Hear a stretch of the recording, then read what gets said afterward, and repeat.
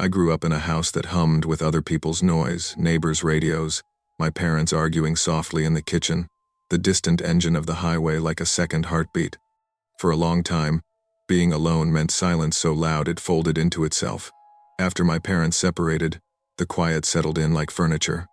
I learned to fill it with things. Old games, late-night forums, movies that smelled like nostalgia.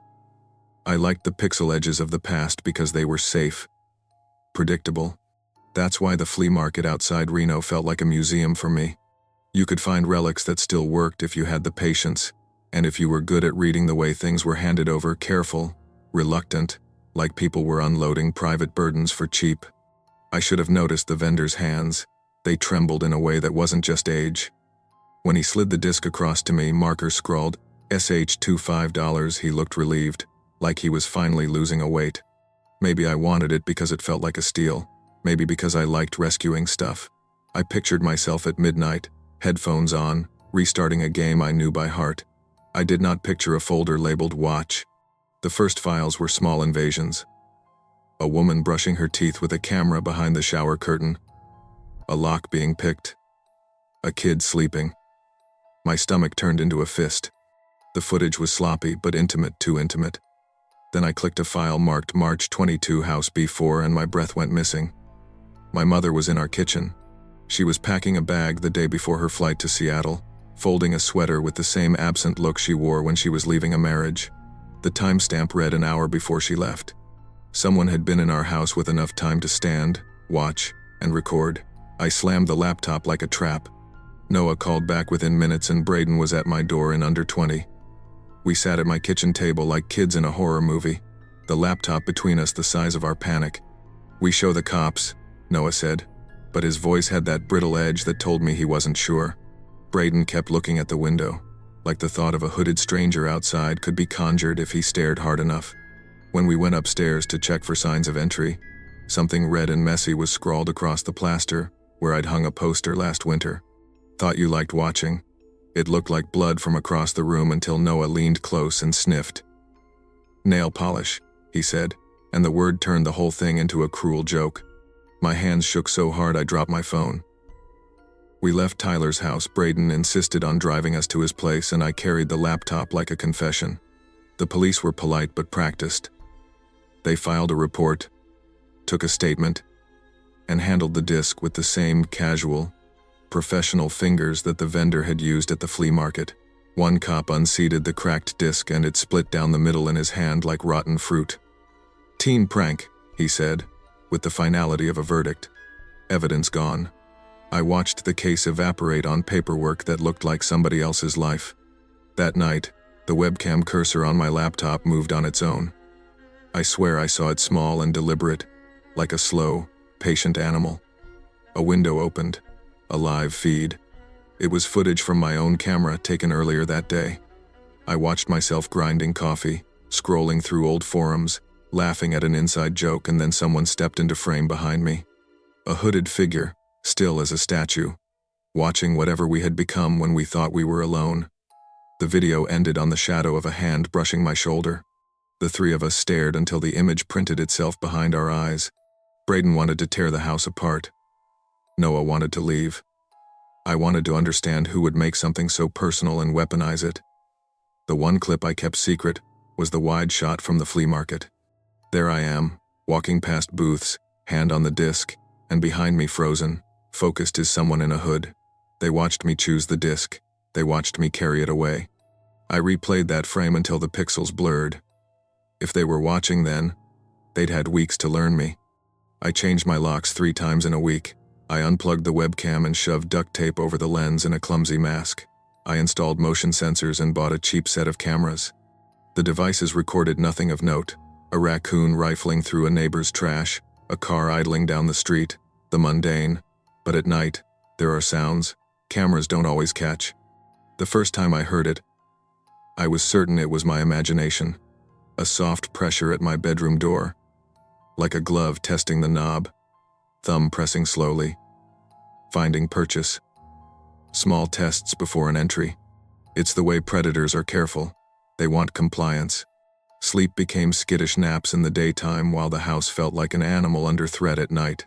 I took a day off and drove to the flea market hoping to find the vendor and ask questions, pointless, theatrical, but it felt like action. The stall where I bought the disc was empty.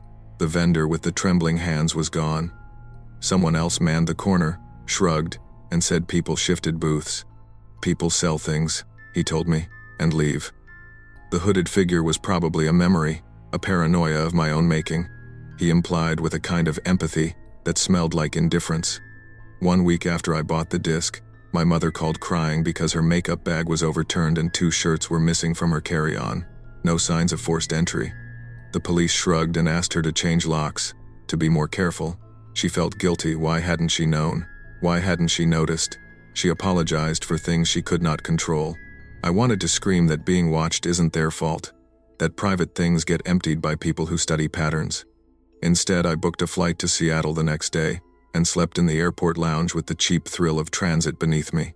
The final thing that convinced me I wasn't imagining was small and stupid. I was in Braden's truck, driving back from a Denny's at 3 in the morning, and the glare off the side mirror caught a shape behind us. A hooded figure on the overpass, hands tucked in pockets, stationary as a pole. We took the exit too fast and missed them. We pulled into a gas station and the hooded shape was across the street by the same flea market aisle where I had bought the disc. They were watching the lot, scanning faces like someone reading names on a page. I felt my throat go dry with the knowledge that we were characters in someone else's story, now observed variables in a cruel experiment. I don't have some dramatic showdown. I left town eventually, not because I had answers, but because staying felt like bait. I changed my email, my number, and I stopped buying relics at places where strangers' lives were thinly shelved. My mother sleeps with a small radio on low in the motel room when she visits, like a comfort against silence. Noah moved back east and Braden sold his old pickup. What keeps me up some nights is the idea that the person who watched us didn't need to break doors. They needed patience, a cheap disc, and a willingness to watch. They used what we made public, our predictable comforts, to map the places where we thought ourselves safe. They reminded me that privacy is porous and attention can be dangerous. The artifacts we collect and the silence we keep both have costs. Curiosity and nostalgia make good companions until someone else turns those things into roots. Respect your walls, yes, but also respect the people who live inside them enough to call for help when you see footprints that don't belong. And maybe learn to close the door before you invite the past back in. When I was 10, a power outage at the mall slammed the dressing room door shut on me and the lights went out.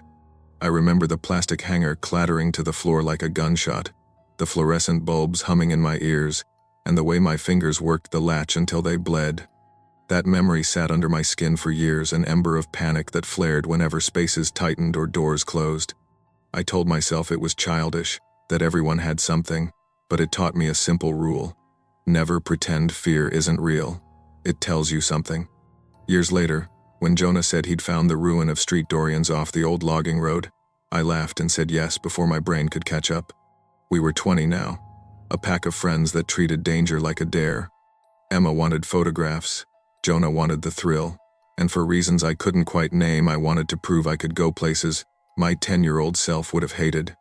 I told myself I was going for company, for the story. The truth was uglier. I wanted to walk into a place that felt dangerous and come out knowing the edges of my own courage.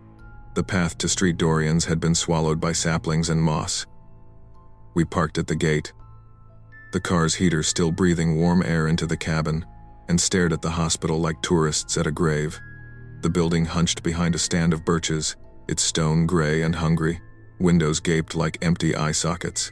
A no trespassing sign leaned crooked against rusted chain link. The wind smelled like rain and old paper. We joked as we crossed through the smashed wrought iron, and the jokes stuck to our mouths as we stepped inside. The reception hall had once been grand, now it was a scab of flaking paint and damp. A patient file dossier lay splayed on the floor, pages stuck together like dried skin. Our flashlights cut through dust motes. Sometimes the beam would catch on something that wasn't there the second after. The ceiling sighed with the weight of years. "I'll do 5 minutes," I said, trying to make my voice steady. Jonah smirked. Emma shined her light at a sign. Hydrotherapy. The word had a clinical hush, like a condemnation. We split up because we were idiots. Emma and Jonah found what looked like a storage corridor. I wandered toward the back hall where the doors were heavier and the air colder. That's when I felt it, the brush of air against my neck, warm and wrong. I turned and saw nothing but the halo of my flashlight and a smear of old wallpaper. "Lucas?" Jonah's voice echoed from somewhere, too thin. I told myself it was the ventilation or my imagination.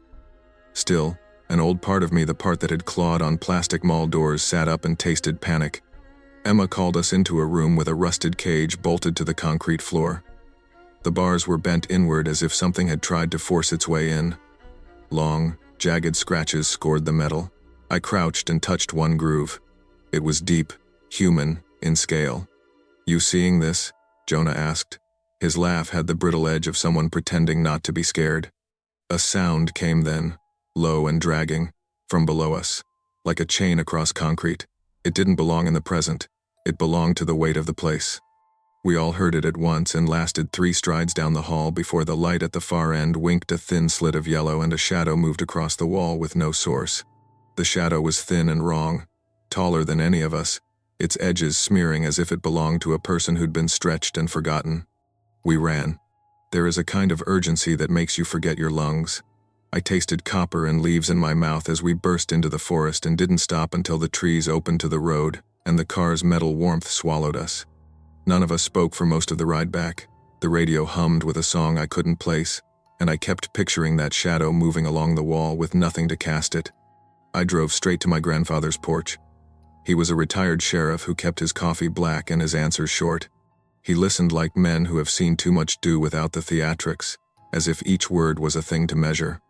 "You found Street Dorian's," he said before I finished, his face folded in on itself. "We used to get calls from that place. Officers hated it. Simple cases turned strange." He told me about a night in the 80s, 3 guards called to the wing, one found later locked inside a hydrotherapy room with the keys missing. The room locked itself after they took him out, he said, and I realized he believed in things that didn't have explanations because he had already seen them. That night I couldn't sleep. Memory and adrenaline ran together. I kept picturing scratches in a bar, the shadow flung across a wall. I saw it when I closed my eyes. A thin blackness moving with purpose, indifferent to reason. After the visit, details returned. Small, ordinary things that stitched a sinister pattern. The patient files in the room had names handwritten in looping scripts, dates cut off mid-century, annotations about disappearance and seclusion. My flashlight batteries had died even though they were new. Once I thought I heard someone breathing just behind my ear on the drive home. Once I swore the passenger seat rose like someone sat there and slid down again. I tried to tell myself we'd been reckless kids in a scary building. Most nights life is exactly what it looks like. But there is a difference between fear you can explain and fear that occupies a place like Street. Dorian's old, patient fear that gathers and waits.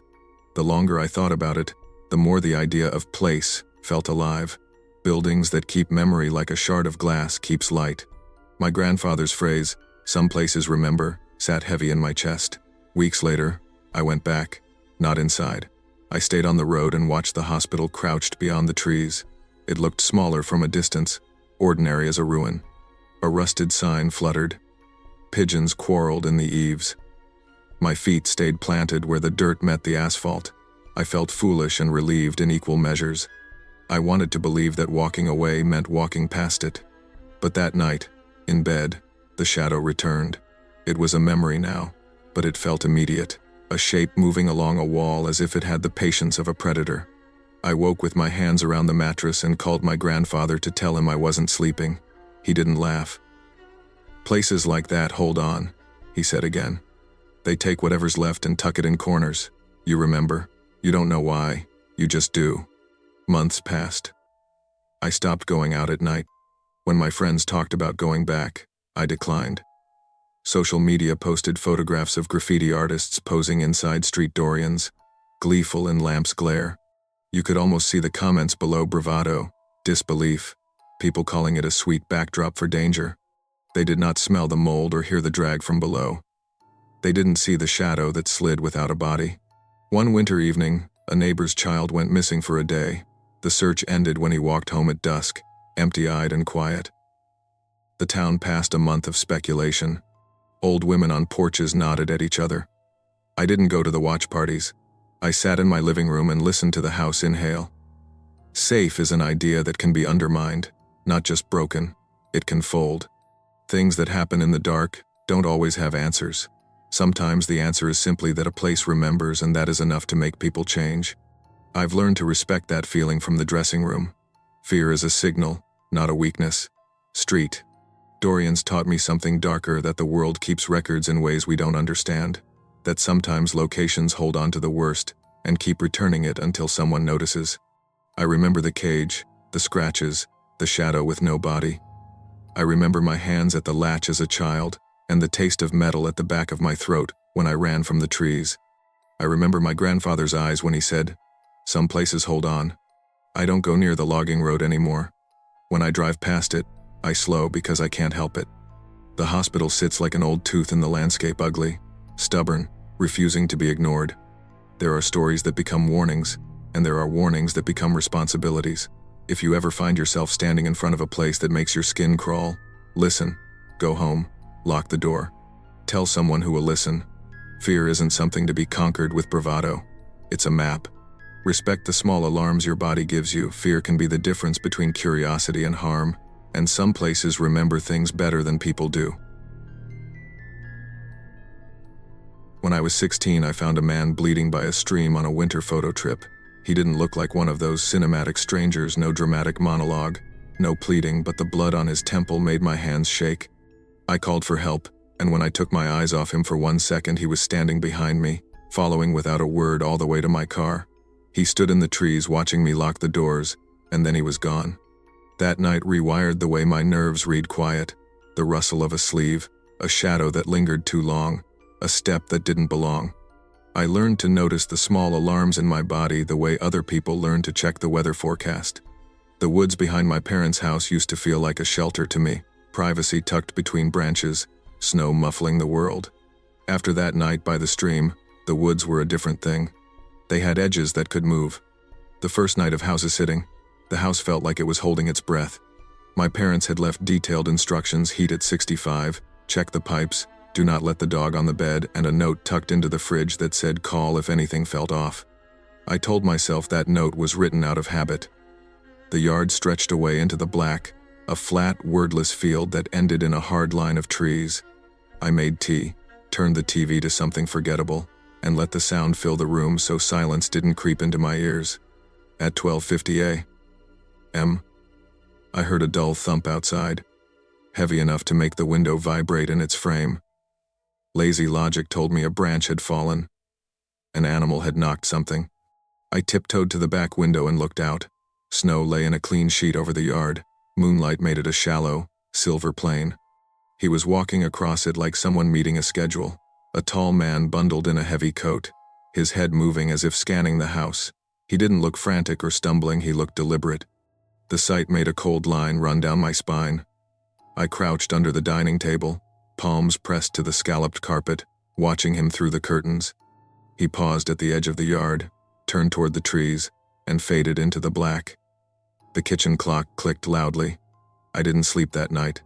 The second night felt worse. Soundless houses make a kind of background pressure, like water waiting to rush.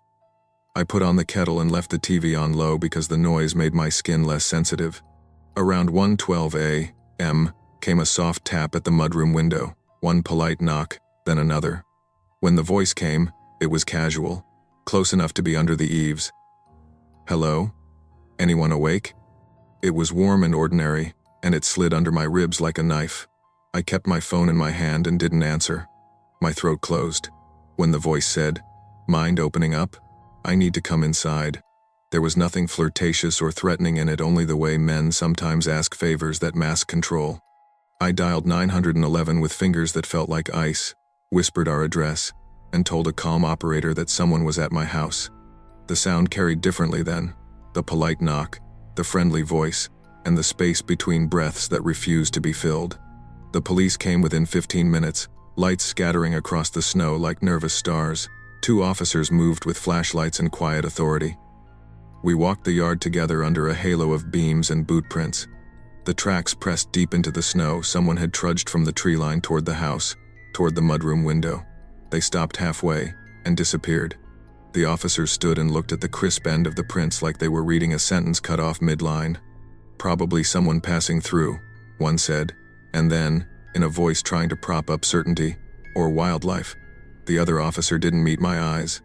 You could tell what they wanted, an answer that fit on a report card. But a knock at a window wasn't a raccoon. The prints ended as abruptly as a line of thought that dies before you can finish it. They asked me to stay with a relative that night and left me their card with the words "call if anything else happens." I slept at my uncle's place with the porch light on, buoyed by the mechanical certainty of an occupied house. In the days after, my life took on the edges of the strange routine we all fight. Checking locks, sweeping the yard with my eyes, making sure curtains were pulled at dusk. I called my mother and asked if either of them had hired someone to walk the property. She laughed nervously and said no. The woods were private, thick, and untrammeled. There was no reason for anyone to wander around out there at night. A week later, someone mentioned another oddity at the coffee shop down the road, a hunter's dog found at the edge of a field, empty and shaking, no hunter in sight. People shrugged and said the winter moved strange things. People always try to explain away the things that make them uneasy. Sometimes, at 2 in the morning, I still wake up and hear a soft tapping in my head, 3 knocks, evenly spaced, the same rhythm as on the mudroom window. It's a phantom now, not sound in my room, but the memory of it. That night planted itself in the part of me that catalogs danger.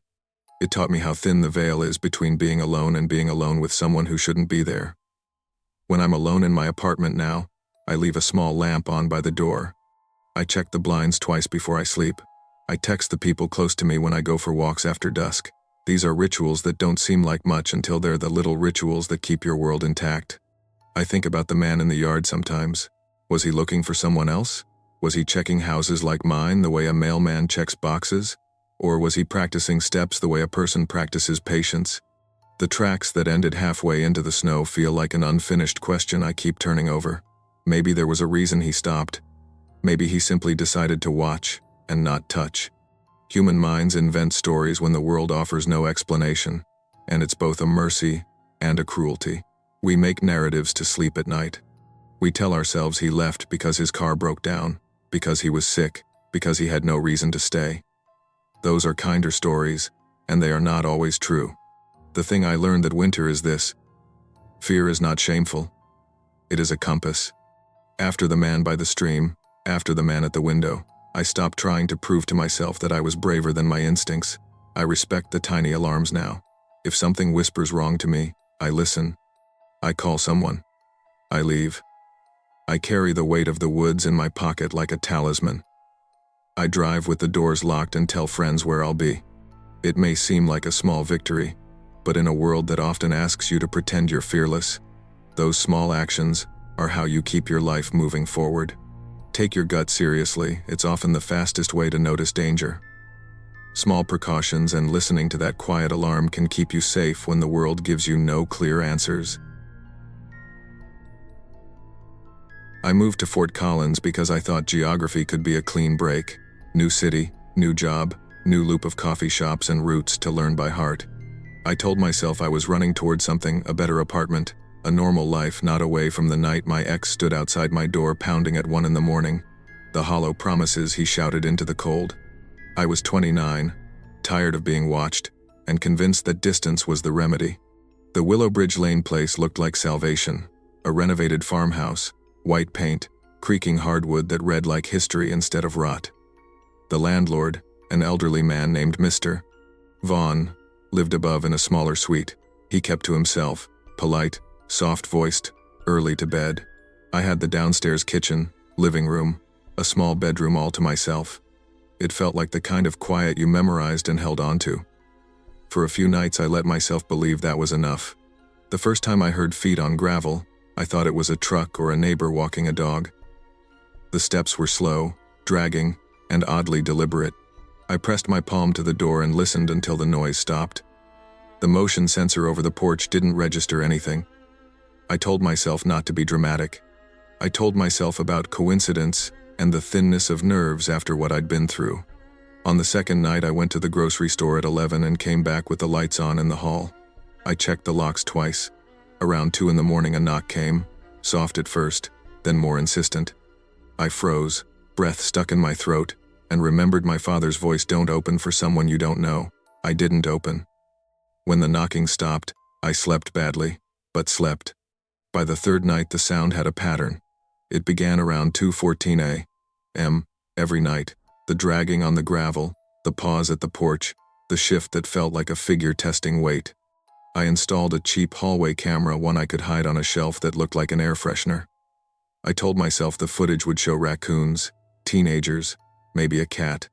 What it showed instead was the thing I couldn't fit into neat categories. At 2:14 on the dot, the camera pinged my phone. I scrolled, fingers numb, and watched a loop. The hallway light dimmed in the recording, as if some pressure changed in the room.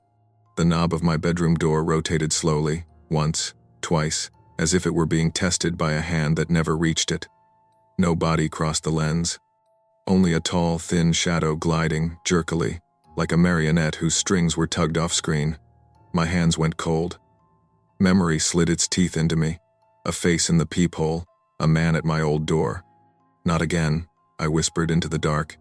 I called Mr. Vaughn in the morning. He sounded surprised and then, in that soft hush he used for bad news, asked if I'd had visitors. I told him no. He cleared his throat. "You know, I don't go out after 9. Knees," he said. "But I heard something odd last night too. Thought maybe the wind." When it happened the next night, it was less a shock than a confirmation. The handle turned under the camera's scrutiny. The shadow moved across the hall and vanished into the bathroom doorway, though the bathroom was empty.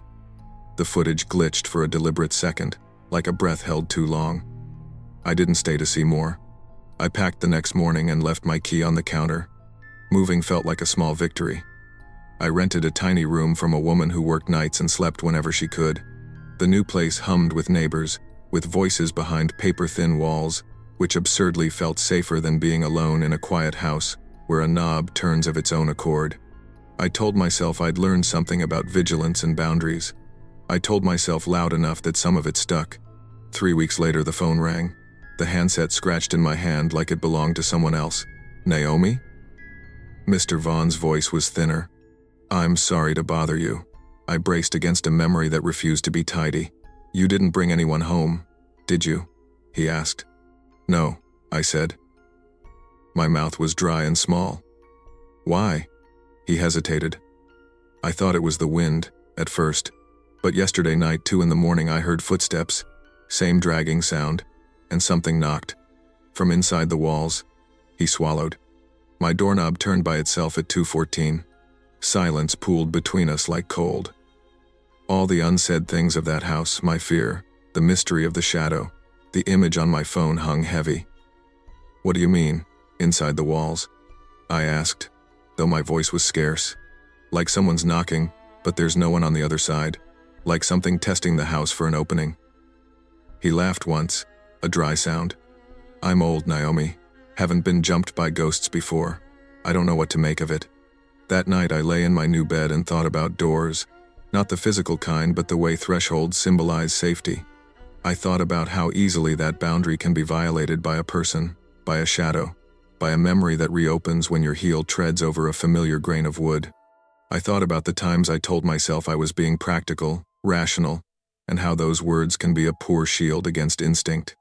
I called the police the following day and filed a report about the trespassing I'd experienced. The officer was kind but firm. "We'll patrol the area," he said. "If there's someone there, we'll find them." They never did. A week later, a neighborhood man waved as he walked his dog past my new place and mentioned a teenage kid who'd been hopping fences. "Nothing malicious," he said. "Kids will be kids." I wanted to tell him about a shadow that walked without a body, about a knob that turned when no fingers were near it. I wanted to tell him about the long, deep footprints that led nowhere in the gravel at Willow Bridge. Instead, I learned to change locks, to sleep with a small light on, to keep my phone on my chest like an animal between my ribs.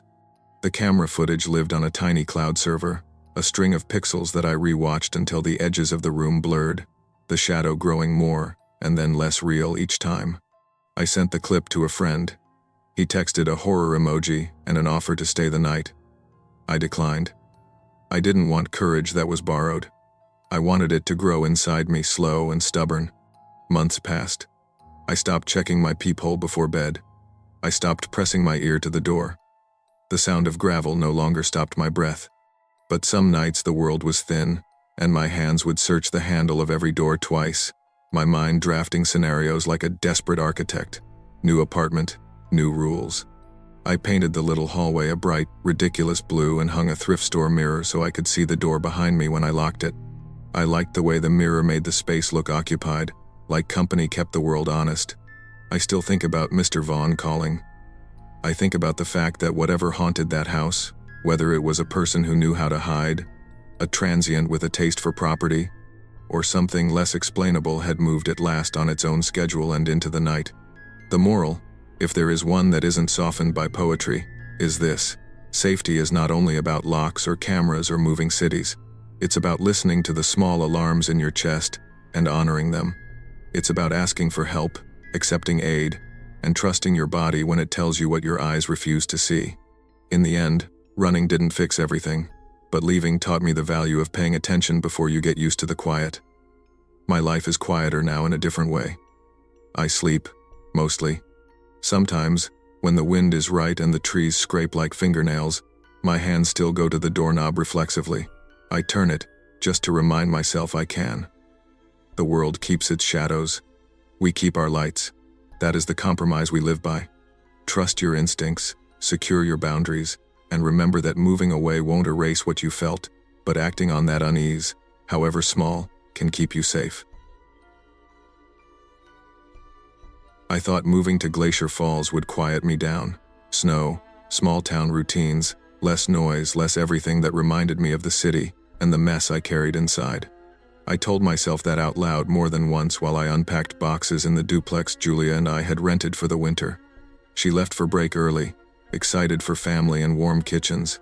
I stayed because my job at the paper had me pinned to the schedule, and because running away felt petty. I liked the idea of solitude, hot coffee, long boots, reading on the couch while the world muffled itself into white. I also liked believing I had agency over safety. Locks, lights, a deadbolt I checked twice before leaving for work. In Boise, that arrogance got a bruise. I still have the memory of that night, because it sticks like a burr. 317A. My door wide open, cold air licking my feet. The officers said I probably forgot. I remember the deadbolt clicking, the precise sound of it, which is why I never believed it was me who left it open. That memory whispered under my skin the night the first storm rolled in here. What if someone had stood at my door and just stepped away again? The storm came hard and soft at once. The town calls it a silent storm, as if it swallows sound with snow. On the third night, the house felt like a chest that had taken a full breath and refused to exhale. I made soup and sat at the counter, the radio low, the porch light bleeding through blinds. Around 10, something slammed in the back, a gate, a shutter, a sound that belonged outdoors. It made the back of my neck pound still. I pulled the blinds aside with my thumb so cold it hurt. The porch light flickered and died. The world outside was a smear of white, no tracks, nothing moving. I told myself it was the wind and tried to laugh it off. The laugh strained and left me. At 11:58, my phone buzzed on the counter. Unknown. Lock the back door. There are things that should be silly, that aren't. My hand went cold. My memory rewound to Boise. I knew the deadbolt had been sticking. I'd meant to fix it last weekend but never got around to it. The bolt sits half-turned unless you put weight on the knob. I checked the door like a man checking a watch. Half-turned, not locked. Another message blinked in. Unknown. Too late. My mouth tasted like pennies. The house is full of tricks, wood shrinks and breathes, pipes that sing at dawn, but this was a voice without a body. I grabbed the poker, the iron thing heavier than I remembered, and slid the couch to make a barricade. I sat there in the low light and watched the hallway like it was a theater stage, waiting for whatever actor would enter. The texts kept coming, unnervingly specific. Unknown. Your mattress looks softer than I expected. Who knew my mattress squeaked unless they'd stepped on the floorboard by the bed? Who knew I slept facing the wall? The messages didn't rattle in some technological way. They slid into the room and settled under my skin. I called Julia, left a voicemail that sounded frantic, though I told myself to be measured. I called the non-emergency line. They said they'd send someone if anything happened, that online harassment alone didn't merit a patrol. Around 4 a.m., I must have dozed because the next thing I knew, the kitchen clock read 7 and dawn was a bruised pink. The house felt impossibly quiet. I moved toward the back door with slow knees. The doormat had a dusting of snow like someone had stepped up, but the thing that stopped me mid-step was the key. My spare key gone last night, the small brass thing I keep for emergencies, sat half buried in snow on the mat, clean and perfectly placed. Footprints ringed the house like a compass. Human, boot print deep, circling slowly, stopping directly under my bedroom window. They didn't continue. Why would they stop and not leave? My first thought was that whoever had been there had climbed a ladder and left. My second, darker thought was that they hadn't left at all. I called the station then. An officer came by, regular issue, polite, writing it all down. He said the prints were clear, but the cold had frozen them solid. No signs of a break-in. No fingerprints on the inside. Sometimes people walk around in the night and forget they were there, he suggested, with the same tone the Boise officers used. He wanted me to be practical and move the spare key, change the lock. He wanted me to feel reassured. I texted Julia and didn't tell her about the key. I slept on the couch with the poker on my lap that night and told myself there were reasonable explanations. Some neighbor, drunk and lost. An animal dragging winter's debris. My head tried to offer logic like a life preserver, and I clung to it as if it would keep me afloat. But in the small hours when the house sighed and the wind skated the roof, the imprint of those prints under the window kept growing like a second heartbeat I could not quiet. At dawn, I had coffee and a list. Change locks, new number, emergency contact. I called a locksmith, who arrived with a van full of tools and a radio that hummed like a truck. He changed the deadbolt, tightened the door, told me he'd seen worse, that people felt vulnerable in winter. He charged me, I paid, and I left a generous tip because fear bristles best when you're alone and someone else provides a fix. Still, the question of the stopping prints would not be soothed. I took down curtains that afternoon and examined the outside as best as I could from my porch. The prints were still there, frozen in a ring, but they failed to reveal a path away. It seemed, absurdly, as if someone had walked around the house and then decided not to move. I found that detail harder to explain than the texts, harder to swallow than the deadbolt. Within 48 hours of finding that key, I packed what I could fit in the Subaru. I left a note for Julia, thanks for renting, cover for next month, and I left the house shuttered and cold. The duplex looked smaller from the street. The snow made everything seem washed out, like someone had erased color and left sharp edges instead. I told myself it was precautionary. I told myself it was sensible. The rest of the truth sat like a stone in my throat. I had stopped sleeping facing the room, and that felt like admitting defeat. Moving on is a misnomer. You don't truly move on. You only change scenery with the same ghost tucked in your pocket. I changed my number, my locks, the apartment, my routines. I started sleeping against the wall because a wall is unambiguous. It has a back you can feel and rely on. A wall can't circle your house and stop beneath your window. People asked. Julia asked late-night texts laced with concern, and I told the shorter version. Found key. Footprints. Left. It was easier than explaining the panic that clung to the board behind my ribs. My parents suggested therapy, which was the right answer. The officer in Boise suggested locksmiths and pepper spray. The locksmith in Glacier Falls suggested better latches and motion lights. All correct, all practical. But the prints that stopped under the window are a different kind of wound.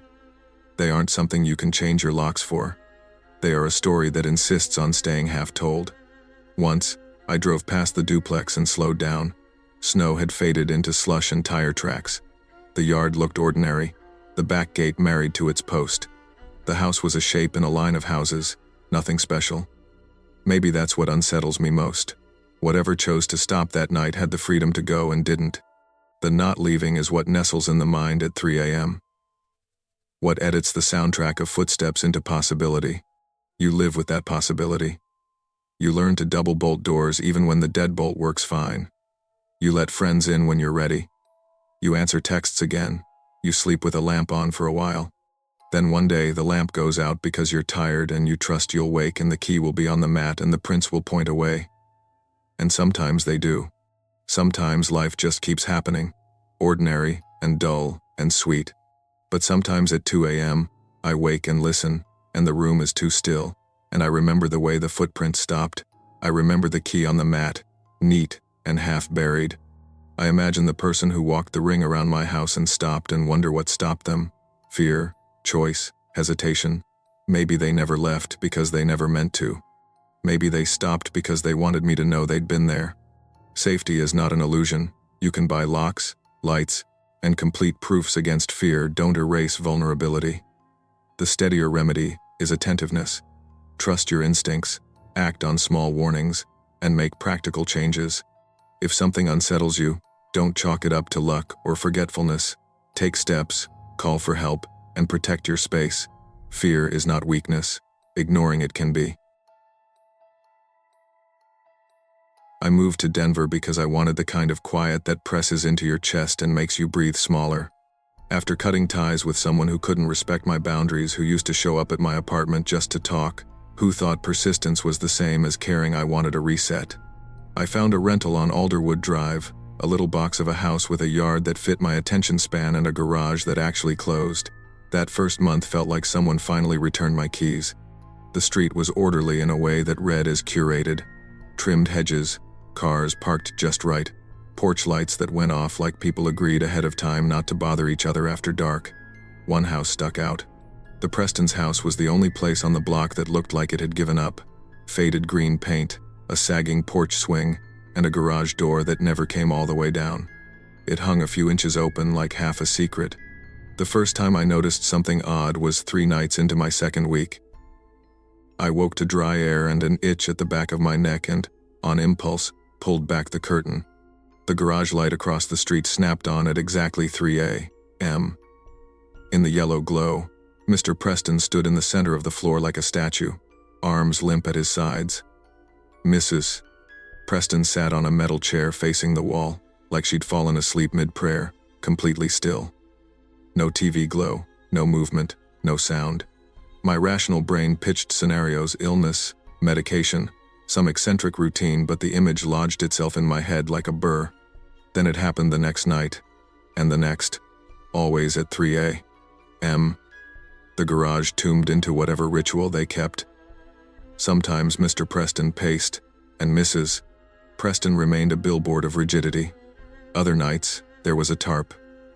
One stormy night I watched from my window as Mr. Preston dragged something long and covered from the back of the garage.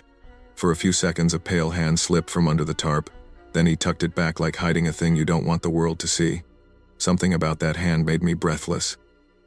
The kind of breathless that loosens your teeth. I kept telling myself to mind my own business. I told myself that watching people from my window was the kind of thing you did only when you were desperate to feel anything. But I kept watching. One evening when the storm was loud enough to rattle the windows, I lost the thread of my restraint. Lightning split the sky and lit the garage interior like a blown-out photograph. I couldn't help myself. I crossed the street, boots crunching in wet gravel, crouched by their half-closed door, and peered inside. A man sat bound to a chair, gagged and shaking. His eyes found mine, frantic and pleading. Mrs.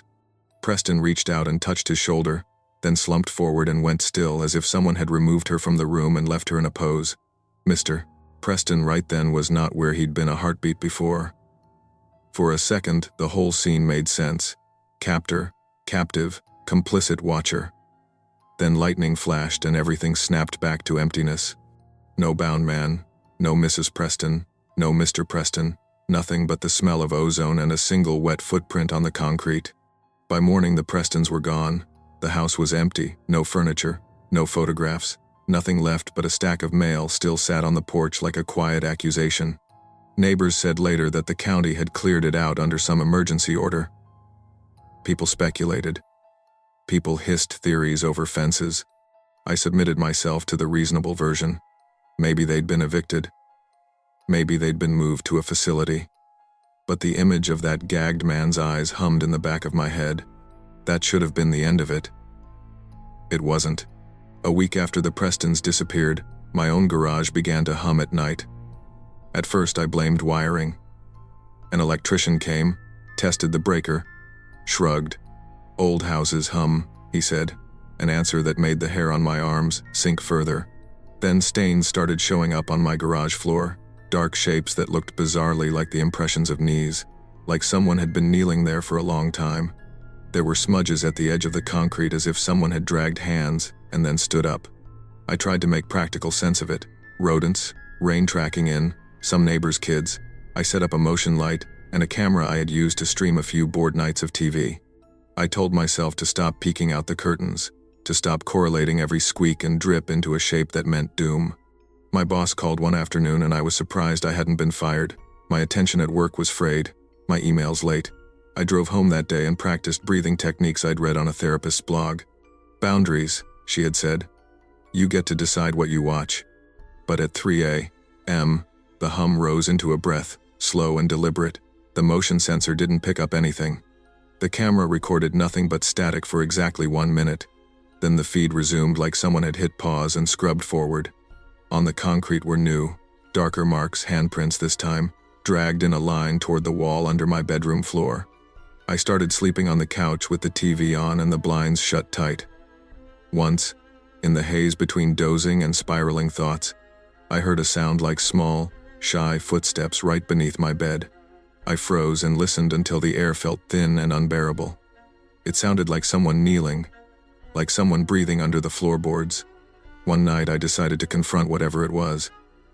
I opened the garage door and slid outside despite the rain. The cold hit me, honest and immediate. The hum stopped when I stepped onto the concrete. There was a wetness against my boots. I looked down. Someone had pressed a muddy footprint into the cement opposite my own, and beside it, faint as a ghost, the outline of a hand. The shape had been there minutes before I walked out, because the cement was tacky still, fresh. You okay? A voice said behind me. I nearly dropped to my knees out of reflex. It was my neighbor, Marcia, in her robe, hair in a knot, flashlight in hand. She squinted at the prints. Jesus, Ryan, you look like hell. You been peeking at that house too? I made some noise about insomnia and bad wiring. She sighed. You're not the only one who noticed weird stuff when the Prestons left. Kids keep saying they hear someone at the fence. Her face softened. Look, you keep to yourself, but if you see something like that again, don't go nose first into it. Call the cops. Don't be a hero. Her words landed heavier than I expected. I'd told myself I wasn't a voyeur, that my curiosity had boundaries. But my neighbor's casual warning felt like the truth I'd been avoiding. Curiosity is a lever. Once you pull it, things move. The next night I tried to sleep. At 3 a.m., the light across the street clicked on and the hum swelled in my bones. I sat up with my heart pounding and, because I am stubborn and because fear has a way of becoming ritual itself, I walked to the window. Behind my blinds, a shadow crossed the garage, slow and careful. I realized, in a cold flash, that the shadow's outline matched a man on his knees. I reached for my phone with hands that shook and dialed 911. My voice came out thin. There's someone in my garage, I said. The dispatcher asked my address. I told her. We've had calls from your block, she said. Stay inside. Don't engage. Officers are en route. The line hummed with static and then a calm, practiced voice. I stayed on the line until I heard sirens, until red and blue spilled across the wet street like an answer. When they opened my garage, there was no one. No prints, no mud, nothing but a single wet handprint on the inside of the door. The officers looked at me like I'd let my mind fill the house with ghosts. They checked the crawl space, the attic, ran a little echo of flashlights in corners. They left their cards and drove away. I've learned something since then that I didn't know when I moved to Alderwood Drive. Sometimes the past is not a person, but a pattern. It follows you as a rhythm you start to hear in your bones, a cadence that convinces you something owes you an explanation. The Prestons' house had been a wound on the block, and maybe what I saw there was a kind of violence that needed police work and social services, or maybe it was private sorrow. Either way, the thing that haunted me wasn't necessarily the Prestons or their guest. It was my own refusal to set a boundary between watching and acting.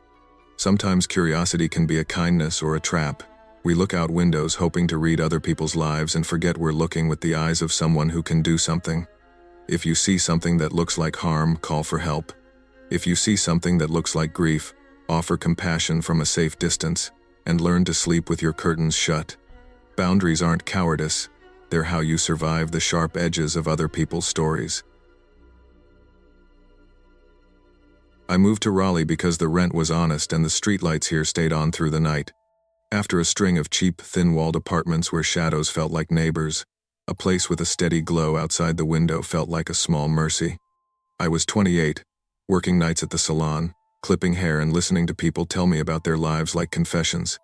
I liked the work, the rhythm of it, and the pocket cash that came from tips slipped across the counter. I also liked to feel safe walking from my car to the door, and the last neighborhood had started to require too much bravery for free. Last year, a regular client followed me to my car after my shift. "Just want to talk," he said, smiling like he was joking. I didn't laugh. I told management. They banned him. I bought pepper spray, learned to hold my keys between my knuckles, and checked the back seat every time before I started the engine. Those habits felt like armor, but armor gets dented. Fear doesn't leave because you move. It packs itself in your boxes and waits on whatever surface you put it on. The first night in the Raleigh apartment, I slept with the closet door propped open. I told myself it was temporary revenge, showing the fear I wouldn't be bullied by the dark. I told myself it was practical, air circulates better that way. Mostly, I told myself it was fine because saying the truth out loud felt like admitting I'd lost something I couldn't afford to lose. The simple, private assumption that the rooms I live in are only for me. The smell started small, a whisper that turned into a grudge, around 1 a.m.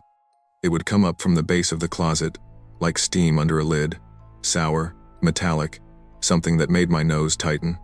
During the day there was nothing clean laundry, the faint citrus of the cleaning spray I used on the counter. Night is where truth showed its teeth in this building.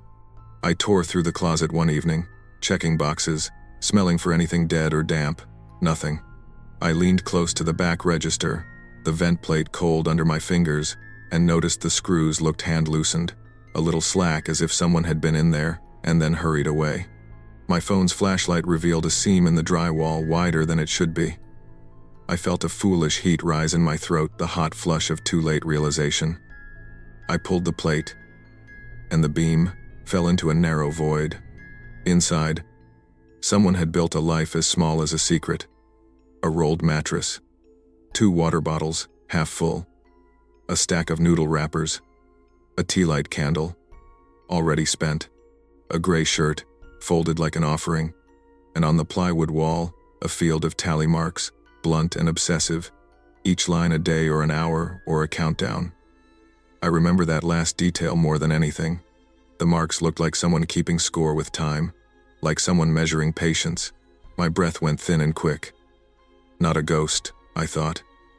A human. A living, breathing person had been behind my wall. Watching. Listening. Maybe sleeping while I slept. Maybe breathing when I washed dishes. The police came because I called them. They were thorough in the way people are who have seen this before and want to show they are doing their job. Photographs, notes, the polite way their faces stay neutral. They said it wasn't the first time. Other buildings had similar crawlspace squatters. A handyman sealed the gap the next morning with insulation and foil that looked, to me, like a bandage over a wound. When he left, the smell tested the seal like it was a living thing. It didn't go away. I scrubbed, aired the apartment, used baking soda, ran the fan until I felt dizzy. Still, at night the sour note would remind me it hadn't been a dream. "You okay?" my coworker Marcy asked when I showed up at the salon with my hands still smelling of bleach. Her scalp massage technique was impeccable and she could spot worry in the way someone flips through a magazine to avoid reading the headline.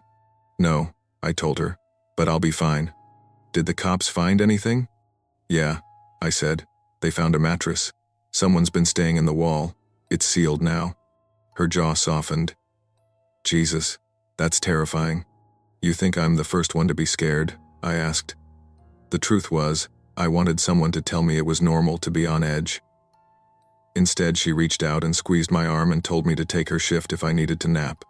The pounding at 311 was a job for the kind of panic I'd always carried close but never showed. Loud, frantic, angry. "Open up," the voice shouted. "You took my bed. You stole my things.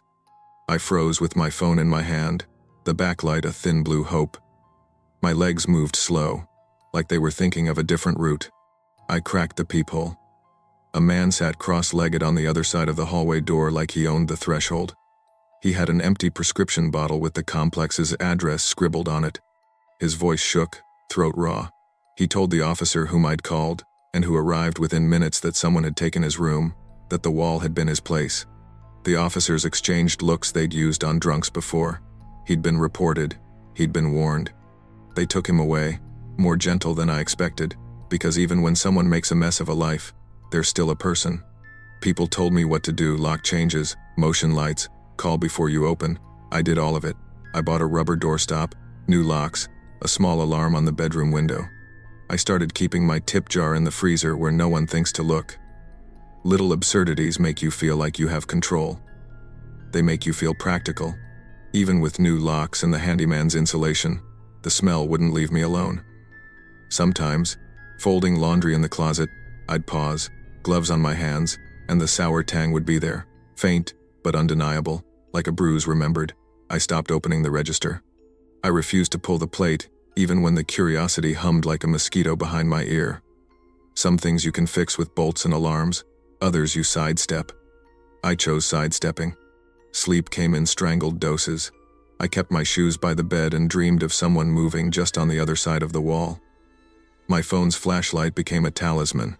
When I walked the hallways late to my car, I kept my keys ready like claws. You learn small rituals to armor yourself: double checks, screens, doors, polite conversations with doormen who nod and say they'll keep an eye out. And still, the tally marks circled my thoughts.